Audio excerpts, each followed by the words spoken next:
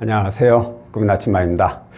자, 오늘은 카드론이나 현금 서비스를 자주 이용하시는 분들이 참고하시면 좋지 않을까 하는 사례를 가지고 좀 얘기를 풀어볼까 합니다. 현재 직장 다니시고 그리고 4대 보험 되시고 근무하신 지는 약 8년 정도 되십니다. 그런데 연봉이 2,400만 원밖에 되질 않아요. 왜 이렇게 연봉이 적을까요? 라고 했는데 회사가 좀 소규모 개인 사업장이에요. 그러다 보니까 신고 금액이 좀 적죠. 그 이유는 알아서 생각하시면 될 것 같고, 자, 이분께서 이용하는 대출이 총 12건이나 됩니다. 이 12건을 다 적게는 너무 귀찮아요. 그래서 요약을 한다면 카드론으로 8건이 됩니다. 8건에 있어 가지고 2,880만 원. 그리고 현금 서비스가 4건 해가지고 640만 원. 이렇게 해서 총 하나 가니까 3,520만 원을 이용 중에 있습니다. 자, 대출 내용을 보면 이분이 뭘로 문의 주셨는지 뻔하죠.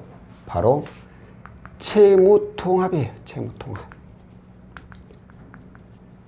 카드론 8건이나 됩니다. 8건.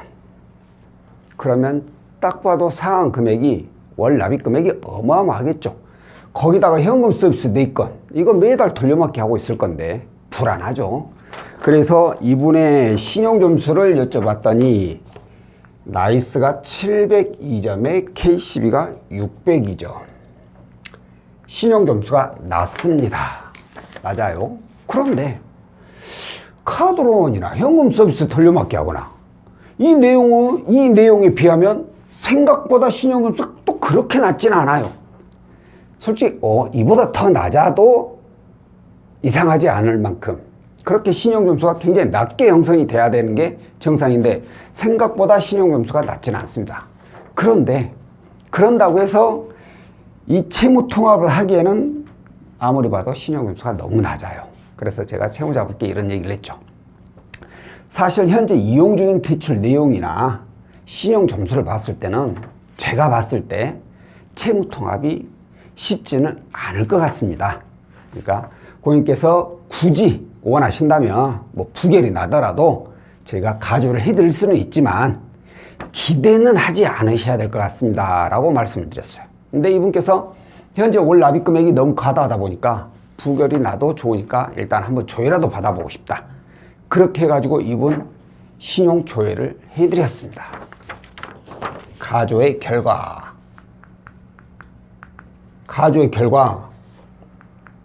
카드론이 대안이 가능하다고 나왔어요. 제가 이 일을 20년 넘게 했는데 아직도 이렇게 모릅니다. 아무리 봐도 저는 안 될 줄 알았는데 세상에 이 점수로 카드론 2,880만 원이 가능하다고 나와버린 거예요. 이게 어딥니까? 대신 이게 2,880만 원인데 금리가 19.4%. 금리가 거의 최고 금리가 나왔죠. 그 이유가 뭐겠어요? 내용도 안 좋고 신용 점수도 나쁘다 보니까 금리가 높게 형성이 될 수밖에 없죠. 하지만 이분은 금리가 중요한 게 아니에요. 아닌 말로 나온 것만 해도 어디냐라고 생각을 해야 되고 가장 중요한 것은 납입 금액을 어마어마하게 줄일 수 있다라는 거죠. 그런데 카드론 대안이라고 했어요. 카드론만 대안이 되지 현금 서비스는 대안이 안 됩니다. 보통 채무통합 상품을 이용하게 되면 채무통합 이게 가능하게 되면 여기에 플러스 추가 대출이 이렇게 나오는 경우가 종종 있어요.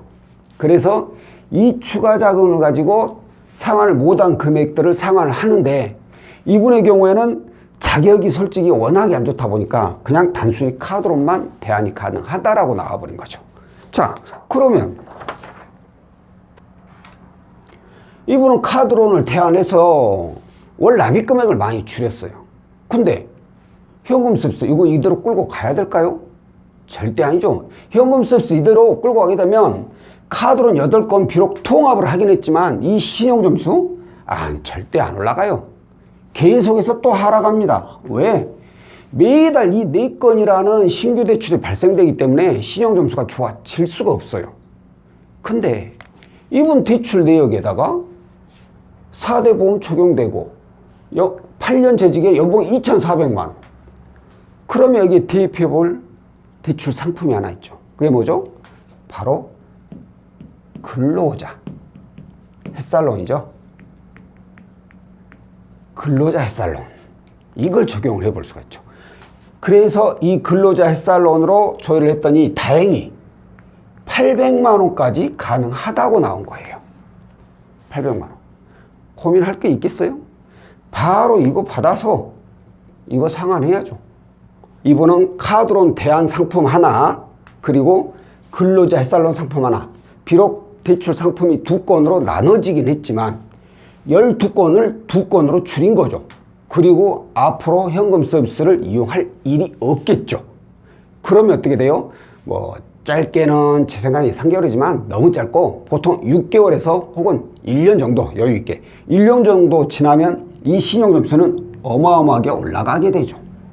이렇게 신용점수가 올라가게 되면 어떻게 해야 돼요?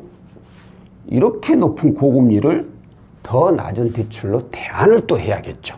그러니까 이분한테는 일단 얘네들 거 다 통합을 했으니 앞으로는 더 이상 현금 서비스 이런 거 절대 이용하지 마시고 있는 대출 2건, 근로자 햇살론하고 이 카드론 대안 채무통합 상품 이 2건만 연체 없이 잘 상환하시고 짧게는 6개월, 길게는 1년 이상 여유 있게 기다리셨다가 신용점수가 아주 많이 올라가게 되면 그때 다시 한번 연락을 주세요. 그러면 현재 이용 중인 이 채무통합 이 이자보다 훨씬 더 낮은 이자로 또 대안이 가능한지를 봐드릴게요 라고 상담을 하고 마무리했습니다.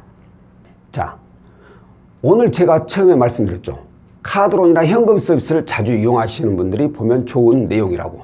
사실 이분의 경우에는 제가 봤을 때 굉장히 운이 좋았습니다. 이렇게 이용하게 되면 대출이 안 나온 경우가 대부분이에요. 대부분. 그러니까 나도 이렇게 이용하는데 라고 해서 가능하다라고 말씀드리기가 어려워요. 이분은 운이 좋아서 이렇게 나왔다는 거죠. 어찌됐든 이렇게 나왔다면 반드시 통합을 해가지고 월 납입 금액을 줄이고 나중에 신용점수가 좋아지면 그때 좀 더 낮은 이자로 대안을 하는 것이고, 또 하나 똑같이 이렇게 이용을 했어. 근데 안 되는 분들이 계실 거 아니에요. 이런 분들은 한 가지 방법이 있죠. 예를 들어서 근로자 햇살론 이런 거 다 이용하고 더 이상 대출이 안 되는 분들, 이런 분들이라면 현금 서비스를 일단은 상환을 하세요. 이 방법은 본인이 해결을 해야 돼요. 해결 방법이라고 해봤자 주변에서 융통하는 것밖에 없지만 이렇게 융통을 해서 현금 서비스를 상환을 하고 최소한 3개월, 길게는 6개월 정도 지나고 나면 신용점수가 많이 올라가게 됩니다. 그때 이 카드론을 채무 통합을 하게 된다면 제가 봤을 때 채무 통합에다가 추가 자금까지 나올 확률이 높죠. 그렇게 대출을 이용해서 카드론도 통합하고 현금 서비스 융통했던 자금도 해결을 하신다면 제 생각에는 납입 금액에 대한 부담도 줄어들고 신용도도 많이 올라갈 거라고 판단합니다. 자, 오늘 내용은 여기까지고요. 다음번에 또 다른 내용으로 찾아뵙도록 하겠습니다. 고맙습니다.